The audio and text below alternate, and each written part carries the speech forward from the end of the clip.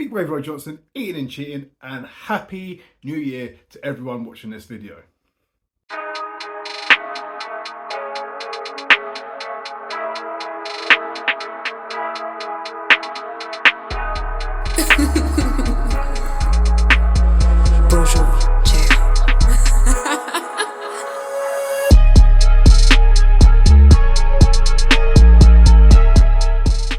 Happy New Year to the 10 people who've clicked and watched this video.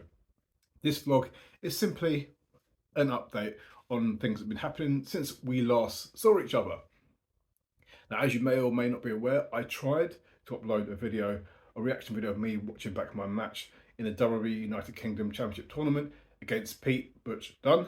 Unfortunately, I got hit with multiple copyright strikes. Anything I tried to do with regards to uploading any sort of footage from that tournament, it just got taken down by YouTube, which was quite frustrating really, because A, that's the first time I've watched that match in quite a while. B, I mentioned in that video that for various reasons, partially linked to mental health, I actually never wanted to watch that match back ever again, because I equate that match with failure, and not being able to present that content to you was quite, it felt like a waste of time, effort, and mental effort as well. And also, of course, you have the rigmarole of editing and filming and all that sort of stuff that took ages, especially when I had to do it 3 or 4 times to try and get around this copyright issue, but to no avail. But anyway, I had a bit of a sulk and thought, what's the point of doing this content stuff? No one watches it anyway, spend all my time doing this, blah, blah, blah. And then I watched a podcast with Jay Cutler, and he said something with me that really struck home in terms of not worrying about views and all this sort of stuff. And if you like getting content out there, just keep doing it. And you know, it's not under your control whether any of it sticks or if it bangs or not. Like for me, this YouTube channel is really odd.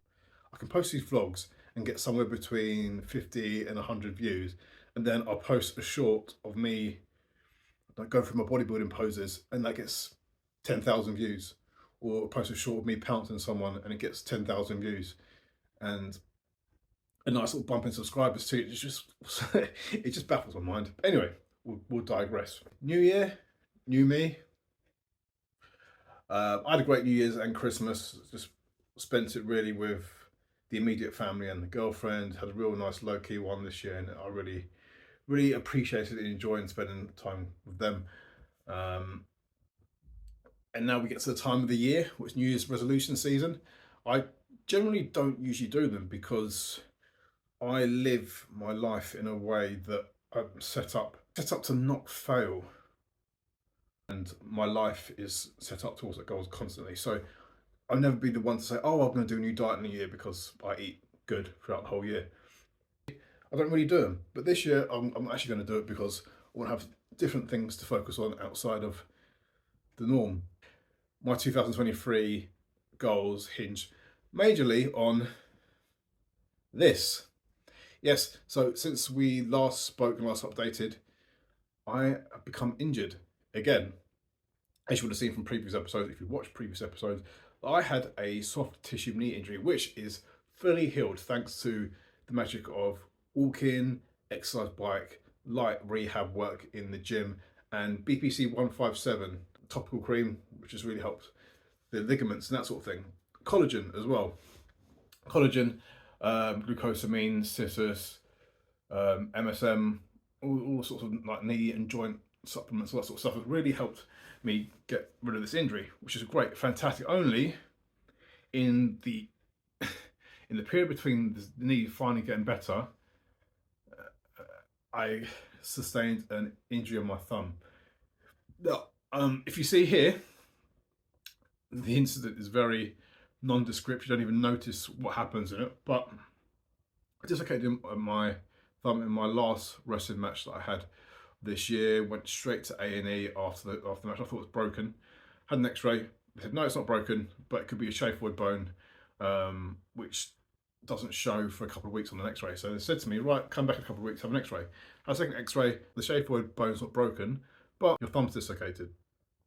I just thought to myself, You surely must be able to have seen that on the first x-ray you did. Why do you have to wait for 3 x-rays to see that my thumb is dislocated? So anyway, had that, went to the doctors, he tried to pop it back in. I was in agony, couldn't pop it back in. So they arranged for me to have surgery, had surgery pretty swiftly afterwards, and thank you to the NHS and for Croydon University Hospital for seeing me so quickly and getting it done. Had it done under general anaesthetic and work with a cast on. It's been 2 weeks since I had that first cast on. Yesterday I had another one put on yesterday, a nice black one. I asked it to be black because I wear black most of the time. But yeah, now I'm out for 4 weeks. And this is where it ties into my goals for this year, because wrestling goals, I want to be healthy. So get this sorted out, and I can't start any sort of my wrestling goals until this is fixed. So I need to be healthy. Firstly, I've got championships I want to win, whether that be as a singles wrestler or within as part of the 8-7 team with Alexander Roth. I want to hold gold this year. Promotions wise, I like to wrestle for Red Pro. I watched a lot of their stuff before I started wrestling. I was a big fan and proponent of their York Hall shows and that sort of stuff. I just really like what they're putting out at the moment. They got a really great diverse roster. I want to be part of it. So that's one goal. I'd love to work for 1PW. They've got some great stuff going on with a mix of top talent from the country and from imports and from signed talent abroad, and yeah, just got a lot of eyes on it and really good stuff. I'd love to get back on to Wrestle Progress. People seem to think I've got some sort of issue with them and some sort of heat with them. I haven't. It's actually, I just had I took umbrance with them using everything patterned as a rebuttal for the stuff they were getting for Dubai. That's all it was. Essentially, everything pattern is my intellectual property and something I hold very close and dear to my heart, and I just want it to be used in the right sense. So I'd love to get back on there. Whether or not that will happen, I don't know. I have no ill will towards them. It's just whether they would want to do business with me. But hey, I'd love to wrestle abroad. I have a vlog queued up and lined up for when I wrestled in Italy. I'm just waiting on some match footage for that. But I'd love to go and wrestle abroad again. Over Europe would be great. America would be fantastic. I really loved and enjoyed being taken abroad off the back of wrestling, and getting to see another country, other cultures, just because you're going to wrestle there. I think that's something very special about being an independent professional wrestler. I have a list of people who I want to wrestle, but that I always find people tweeting out their wrestling list quite crass. I have a list of people that I want to wrestle in singles and matches and tag matches and stuff, and on the whole, I'll keep that to myself. And if someone's ticked off that list, I will tell them after the match. That's my thing that I always tend to do. Although I have mentioned I would like to have a tag team match with Lycos Gym, but you know, that's it. Onto bodybuilding and fitness goals. I have a show penciled in for September that I want to do, the PCA London show, which I'll be competing there as a novice. I would love to win a novice show this year, so that's the first show I have planned, and then I'll see how the rest of the year takes shape in terms of bodybuilding. But until we get there, which is linked to other goals for the year, fitness-wise, I need to grow my legs, which have actually grown quite significantly over the last, I'd say, 2 months since my last show. So the plan that my coach has put into place is really starting to work, which is fantastic. Upper body wise, obviously I can't do much because of this. And this is a nice segue to an upper body session.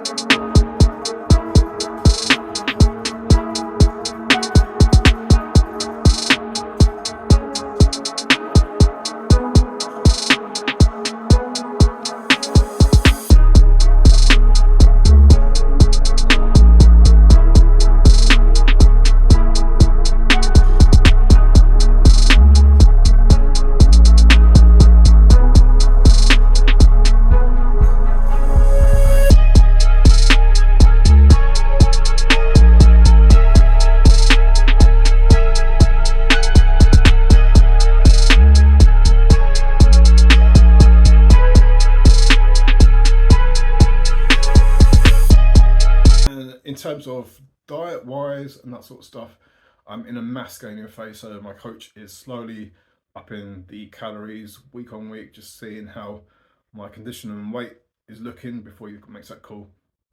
I'm slowly and steadily increasing my weight. I am up probably maybe 20-25 pounds since I stepped off stage in the end of October. Diet wise, I'm around about 3,800 calories. I'm now hitting to the point. It's a very fine line for me, but where I'm like, I'm not hungry anymore. I don't get hungry anymore. Like I eat, have my first meal, whatever, enjoy it, and have my next meal because it's scheduled, 2.5, 3 hours later. And then I eat that and I'll get on cracking with some work, and next thing I know, I've got to eat again. And essentially, I time my eating around about the time I'm going to train. So I'd usually train at the moment because I've got no car, about 5:30, 6, which means I need to finish chewing my pre-workout meal by about 3:45, 4, which means then I've got the time, the 3 meals I had before then backwards into, from the time that I wake up and that sort of thing.